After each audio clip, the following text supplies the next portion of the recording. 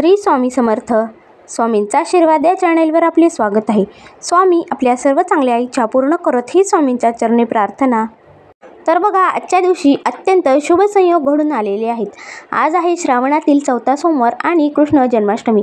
आपल्या हिंदू धर्मामध्ये श्रावण महिन्याला अतिशय महत्त्व आहे आणि त्याचबरोबर बघा, श्रावणातील सोमवार व्रत हे सुद्धा खूप निष्ठेने केले जाते आणि त्याचबरोबर कृष्ण जन्माष्टमी देखील तितक्याच उत्साहामध्ये साजरी केली जाते.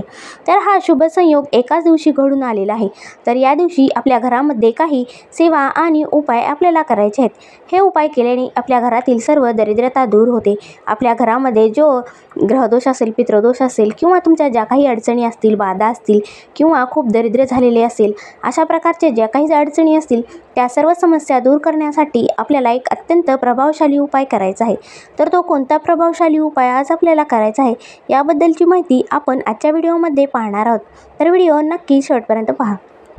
तर बघा, आज आहे कृष्ण जन्माष्टमी. आपल्या संपूर्ण भारतात कृष्ण जन्माष्टमी हा उत्सव अगदी आनंदाने आणि उत्साहाने साजरा केला जातो. या दिवशी श्रीकृष्णांच्या अत्यंत प्रभावशाली सेवा करतात. त्याचबरोबर बघा, या कृष्ण जन्माष्टमीच्या दिवशी रात्री 12 नंतर कृष्ण जन्म म्हणून साजरा केला जातो. त्याचबरोबर बघा, आज आहे श्रावणातील चौथा सोमवार. तर या दिवशी आपल्याला भगवान शिवशंकर यांची सुद्धा पूजा करायची आहे. त्याचबरोबर त्यांच्या सेवा देखील करायच्या आहेत. तर बघा, दिवसभर आपण भगवान शिवशंकर यांच्या सेवा करू शकता आणि त्यानंतर आपल्याला बाळकृष्णांच्या सेवा करायच्या आहेत, त्यांची सेवा करायची आहे. त्याचबरोबर बघा, हा शुभ संयोग आजच्या दिवशी घडून आला आहे. म्हणूनच या दिवशी भगवान शिवशंकर आणि बाळकृष्णाच्या एकत्रित सेवा करण्याला सुद्धा तितकेच महत्त्व आहे. तर बघा, या दिवशी आपल्याला संध्याकाळी गाईला एक वस्तू खाऊ घालायची आहे. तर ती कोणती वस्तू खाऊ घालायची आहे ते आपण पाहू. तर बघा, आपल्या हिंदू धर्मामध्ये गोमातेला अत्यंत महत्त्व आहे. गाईच्या पोटामध्ये 33 कोटी देव असतात असे सुद्धा म्हटले जाते. गाय ही आपल्या हिंदू धर्मात पूजनीय मानली जाते. तर या दिवशी आपल्याला बाळकृष्णांचा आशीर्वाद प्राप्त करण्यासाठी ग्रहदोष असेल, पितृदोष असेल किंवा काही वाईट बाधा असतील आणि त्यातून मुक्तता मिळवण्यासाठी आपल्याला गाईला एक वस्तू खाऊ घालायची आहे आणि गाईची सेवा देखील करायची आहे. त्याचबरोबर बघा, अशा प्रकारे जर आपण या बाळकृष्ण जन्माष्टमीच्या दिवशी गाईची सेवा केली तर आपल्या घरातील सर्व दोष दूर होतात. आपला पितृदोष दूर होतो, आपले 7 पिढ्यांचे दारिद्र्य देखील दूर होते. तर बघा, यासाठी आपल्याला आज संध्याकाळी 6:30च्या नंतर हा उपाय करायचा आहे. तर बघा, हा उपाय आपण घरीसुद्धा करू शकता. जर तुमच्या घरामध्ये जर गाय असेल तर अतिउत्तम. तर आपण आपल्या घरातच आपल्या गायीची सेवा करू शकता. जर तुमच्या घरामध्ये गाय नसेल तर तुमच्या घराच्या आसपास असेल गाय तर तिची सेवा करू शकता किंवा गोशाळेमध्ये सुद्धा जाऊन तुम्ही ही सेवा करू शकता. तर बघा, आज संध्याकाळी 6:30च्या सुमारास आपल्याला गाईसाठी एक नैवेद्य बनवायचा आहे.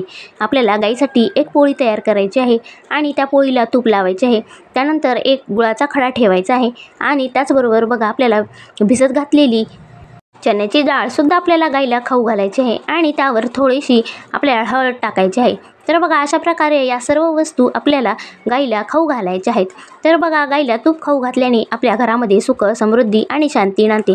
त्याचबरोबर बघा, गाईची सेवा केल्याने आपल्या घरामध्ये सर्व दरिद्रता असेल किंवा तुमचे 7 पिढ्यांचे दारिद्र्य असेल, जे काही पितृदोष असतील, ग्रहदोष असतील ते सुद्धा निघून जातात. आपल्या हिंदू धर्मामध्ये गायीची सेवा करण्याला अत्यंत महत्त्व आहे.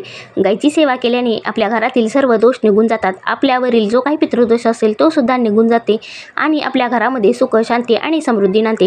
त्याचबरोबर बघा, जी व्यक्ती गायीची सेवा करते त्याच्या मार्गामधील सर्व अडथळे दूर होतात आणि त्या व्यक्तीच्या मागील सर्व दोष दूर होतात असे सुद्धा म्हटले जाते. म्हणूनच बघा, या कृष्ण जन्माष्टमीच्या दिवशी गायीची सेवा करण्याला अत्यंत महत्त्व आहे. आपल्याला तर माहीतच आहे की विष्णू यांचे 8वा अवतार असलेले श्रीकृष्ण आहेत आणि श्रीकृष्ण यांच्या अवतारातील कृष्णाने गायीची अत्यंत सेवा केलेली आहे. त्यांना म्हणूनच गोपाळ असे नाव पडलेले आहे. कृष्ण अवतारात असताना भगवान विष्णू यांनी गायीची सेवा केलेली आहे. म्हणूनच आपल्याला या कृष्ण जन्माष्टमीच्या दिवशी गायीची सेवा करायची आहे.